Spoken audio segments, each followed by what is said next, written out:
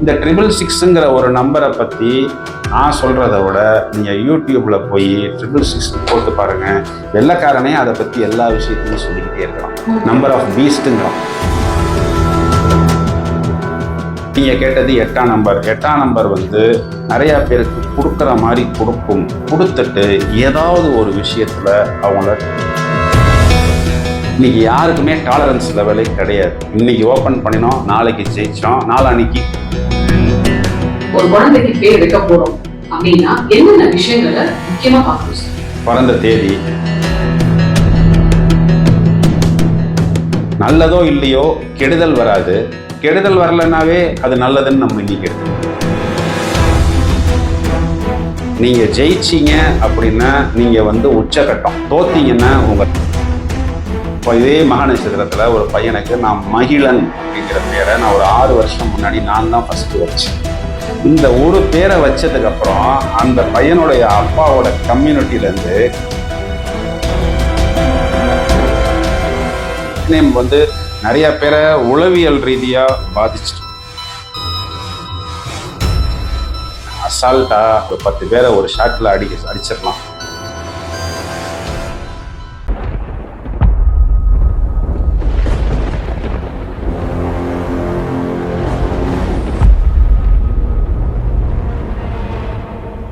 Sir, ஆக்சுவலா பாத்தீங்கன்னா வந்துட்டு நிறைய பேர் வந்து இப்போ நியூமராலஜி படி பேர் வைக்க ஆரம்பிச்சாங்க இல்லையா?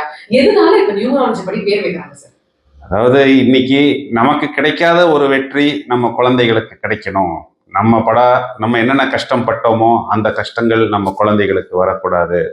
ஒரு ஜேர்னி கம்ஃபர்டபுளாக இருக்கணும், ஸ்மூத்தாக இருக்கணும் அப்படிங்கிறத மையமாக வச்சு அவர்களுக்கு நடக்க வேண்டிய விஷயங்களாக இருந்தாலும் சரி, கிடைக்க வேண்டிய வெற்றிகளாக இருந்தாலும் சரி, எளிதாக கிடைப்பதற்கு, மேலும் மேலும் வெற்றி அடைவதற்கு இந்த அஸ்ட்ரோ நியூமராலஜியை மையமாக வச்சு பேர்கள் இன்னைக்கு நம்மளே நிறைய குழந்தைகளுக்கு வச்சிருக்கிறோம், நிறைய பேரை உருவாக்கி இருக்கிறோம், நிறைய ஸ்டூடெண்ட்ஸுக்கும் சொல்லி கொடுத்துருக்குறோம். கான்செப்ட் இன்னைக்கு நல்லா ரீச் ஆயிடுச்சு. எல்லாருமே இந்த விஷயத்துல இப்போ ரொம்ப அவேரா இருக்கிறாங்க. உண்மையாலுமே நியூமராலஜி படி பேர் வைக்கிறதுனால ஒரு குழந்தையோட எதிர்காலம் வந்து ரொம்ப நல்லா இருக்கும். இது வந்து இப்போ நான் ஒரு காஃபி ஷாப் வச்சிருக்கிறேன். என்கிட்ட வந்து உங்க கடையில காஃபி எப்படி இருக்கும் அப்படின்னு நீங்க கேட்டா நான் என்ன சொல்ல போறேன்?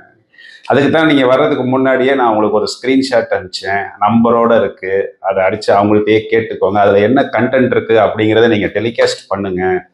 வேணும்னா நான் நிறைய வாட்ஸ்அப்பில் ஸ்டேட்டஸ் போட்டுக்கிட்டே இருக்கிறேன், அந்த ஸ்டேட்டஸை வச்சு நீங்கள் பார்த்து தெரிஞ்சுக்கோங்க. அதாவது அவங்களுக்கு அவங்களுடைய தெய்வத்தின் மேல் இருக்கக்கூடிய ஒரு நம்பிக்கை, ஒரு ஈடுபாடு, அந்த நம்பிக்கையின் வெளிப்பாடு தான் அவங்க அந்த குலதெய்வத்தின் பெயரை வைக்கிறது. பர்டிகுலரா எனக்கு வந்து இந்த ஒரு தெய்வத்தின் பெயரை வச்சதன் மூலம் ஒரு ஏறுமுகம் அப்படிங்கிற மாதிரி எதுவுமே கிடையாது. இருந்தாலும் இதுல வந்து இப்போ உங்களுக்கு குலதெய்வம் முருகன்னு வைங்க. இப்போ எனக்கு ஜாதகத்துல அந்த முருகனுடைய அமைப்பு, அதாவது அந்த செவ்வாய்ங்கிற கிரகத்தினுடைய வலு ஸ்ட்ராங்கா இருக்கும் பொழுது முருகனின் பெயரை வைத்தால் அது அந்த குழந்தைக்கு அபிவிருத்தி. இப்போ உங்களுக்கு குலதெய்வம் சிவன்னு வச்சுப்போம்.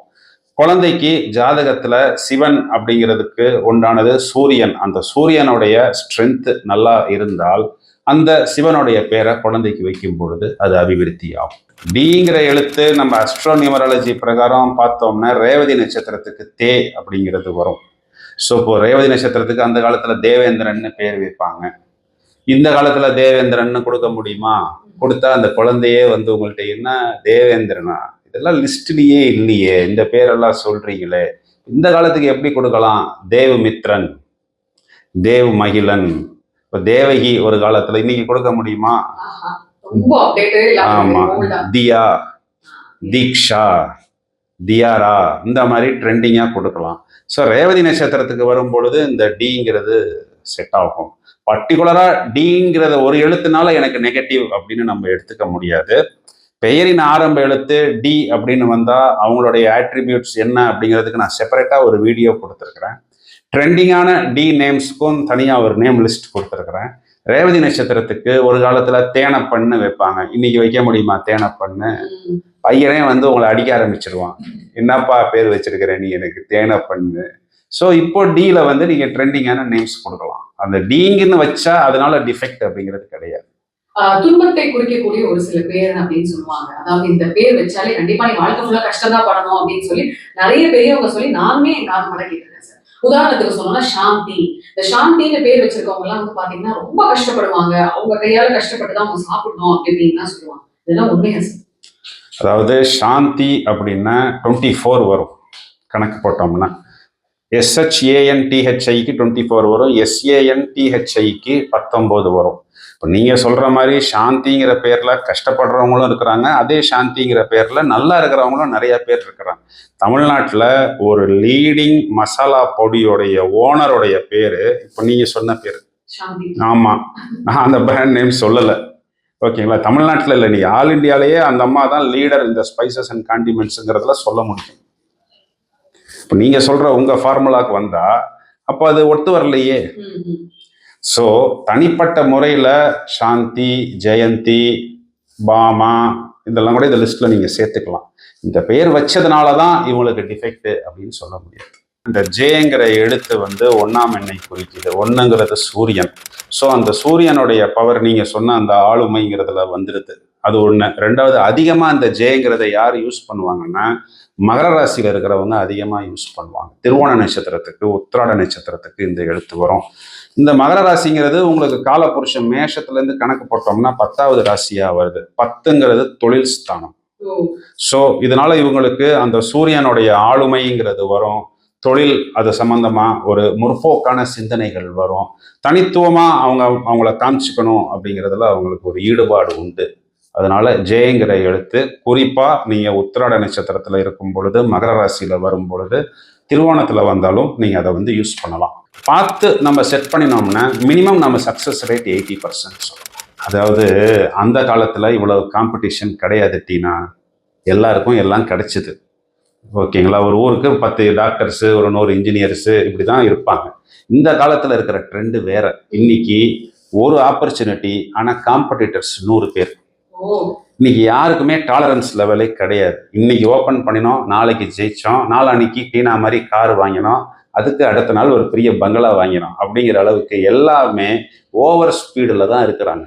ஸோ இந்த சாஸ்திரங்கள் சம்பந்தப்பட்ட விஷயத்துல எதுலெல்லாம் நமக்கு வெற்றி கிடைக்குமோ அது எல்லாத்தையும் நம்ம கையில எடுத்துக்கணும். அது வந்து எதுவா இருந்தாலும் சரி, வழிபாடுகளா இருந்தாலும் சரி, வாஸ்துவா இருந்தாலும் சரி, இதுல உள்ளதுலேயே ஈஸியான மெத்தடு வந்து இந்த நியூமராலஜி சம்பந்தப்பட்ட விஷயம்தான். ஏன்னா இப்போ ஒரு பரிகாரம்னா நீங்க ஒரு பெரிய யாகம் பண்ணணும், இல்லை ஊர் ஊரா கோயில் கோயிலா நீங்க போகணும், நிறைய செலவு பண்ணணும். இப்போ ஒரு வைரம் போட சொல்றோம், ஒரு தரமான வைரம் அப்படின்னா 75,000 ரூபா, 1,00,000 ரூபா இல்லாம ஒரு நல்ல டைமண்டுங்கிறது நீங்க வாங்க முடியாது.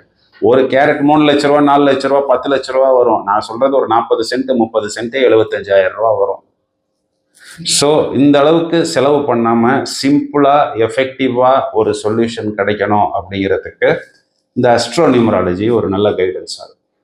பிறந்த தேதி கூட்டினா ஒரு தேதி வரும், லக்னம், ராசி, நட்சத்திரம், இது அவ்வளவுமே இன்புட். அதாவது ஜாதகத்துல இது எல்லாமே நமக்கு கிடைக்கும்.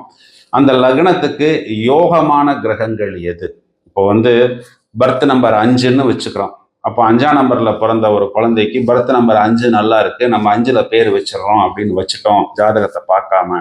இதே 5ஆம் எண் குறிக்கக்கூடிய புதன் அப்படிங்கிற கிரகம் ஜனனகால ஜாதகத்துல மீனத்தில் நீசம் அடைந்திருந்தால் அபிவிருத்தி ஏற்படாது. குழந்தை 6ஆம் நம்பர்ல பிறந்திருக்கு, பொன் குழந்தை, 6ஆம் நம்பர் சுக்கிரனுடைய ஆதிக்கம். அப்போ 6ஆம் நம்பர்ல நம்ம பேர் வைக்கிறோம்னு வச்சிடுறோம். இதுதான் நேத்திக்கு வந்தது, இதே விஷயம்தான். மீன லக்னம், லக்னத்தில் சுக்கிரன் ராகு சேர்க்கை. அப்போ மீன லக்னத்துக்கே சுக்கிரன் அஷ்டமாதிபதி, அங்க ராகுங்கிற ஒரு விஷத்தன்மையை கொடுக்கக்கூடிய ஒரு கிரகம் சேர்ந்து இருக்கிறதுனால நல்லா எரியிற நெருப்புல பெட்ரோலை ஊத்தினா என்ன ஆகுமோ, நல்லா சளி பிடிச்சிருக்கிற ஒரு குழந்தைக்கு 4 ஐஸ்கிரீமை வாங்கி கொடுத்தா என்ன ஆகுமோ அந்த மாதிரி நெகட்டிவ் எஃபெக்ட் கொடுக்கும்.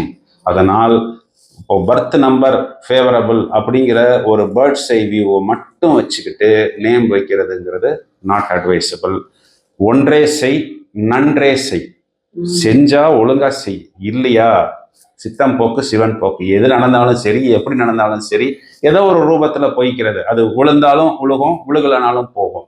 செஞ்சா பர்ஃபெக்டா செய்யணும். இதை எப்படி பர்ஃபெக்டா செய்யறது அப்படிங்கிறதுக்கு நம்ம ஏற்கனவே ஒரு 3-4 வீடியோ யூடியூப்ல கொடுத்துருக்குறோம். உங்க பெயர் அப்படிங்கிறது ஒரு நம்பர், ஒவ்வொரு எழுத்துக்களுக்கும் ஒரு நம்பர் இருக்கு. இப்போ நீங்க அந்த பெயரை வந்து சொல்லும் பொழுதோ, எழுதும் போதோ, சொல்லும் போதோ, எழுதும் போதோ அந்த நம்பரை தான் நீங்க ரிப்பீட் பண்றீங்க. ஓகேவா? இப்போ சங்கர்னா 19, இப்போ எம் சங்கர்னா 23. தொடர்ச்சியாக நான் எம் சங்கர்னு சொல்லிக்கிட்டே இருந்தாலோ எழுதிக்கிட்டே இருந்தாலோ நம்பர் 23 அப்படிங்கிற அந்த ஒரு நம்பரை நான் ரிப்பீட் பண்ணிக்கிட்டே இருக்கிறேன். அப்போது அதனுடைய ப்ளஸ்ஸு மைனஸ் ரெண்டுமே எனக்கு பிக்கப் ஆகும். நீங்கள் கேட்டது 8ஆம் நம்பர். 8ஆம் நம்பர் வந்து நிறையா பேருக்கு கொடுக்குற மாதிரி கொடுத்துட்டு ஏதாவது ஒரு விஷயத்தில் அவங்கள டோட்டலாக கவுத்துரும். இதுக்கு ஒரு நல்ல எக்ஸாம்பிள் சொல்லணும்னா மைக்கேல் ஜாக்சன் எடுத்துக்கோங்க. கணக்கு போட்டிங்கன்னா 44 வரும். ஆக்சுவலாக நான் முதல்ல இந்த விஷயத்த சொல்லியிருந்தேன். அவருக்கு நல்ல டெவலப்மெண்ட் ஆகி வந்தது. ஆனால் வந்தது எதுவுமே அவருக்கு சித்தி ஆகலைன்னா அவருடைய ஆயுள் பாகத்தில் பங்கம் ஏற்பட்டுருச்சு. நிறைய இங்கே லோக்கலில் இருக்கிற சினிமா நடிகர்கள் கூட நான் சொல்லியிருக்கிறேன். அவங்க பேர் வந்து 8ஆம் நம்பரில் தான் வந்தது. அவங்க வந்து சார் இது வந்து என்னுடைய குருநாதர் அனௌன்ஸ் பண்ணின பேர், இந்த காலகட்டத்துக்கு மேலே நான் இதில் எதுவும் மாற்றங்கள் பண்ண முடியாது அப்படின்னு சொல்லியிருக்கிறாங்க. அதில் ஒரு சிலருக்கு ரொம்ப பர்சனல் லைஃப்பில் குடும்பத்தில் இருக்கிறவங்க தவறி போனது, இந்த மாதிரி நான் சொல்கிறதெல்லாம் மிடில் ஏஜில், அதாவது ஒரு 70லையோ 80லையோ கிடையாது, சின்ன ஏஜில் தவறி போனதெல்லாம் நிறைய பேர் இருக்குது.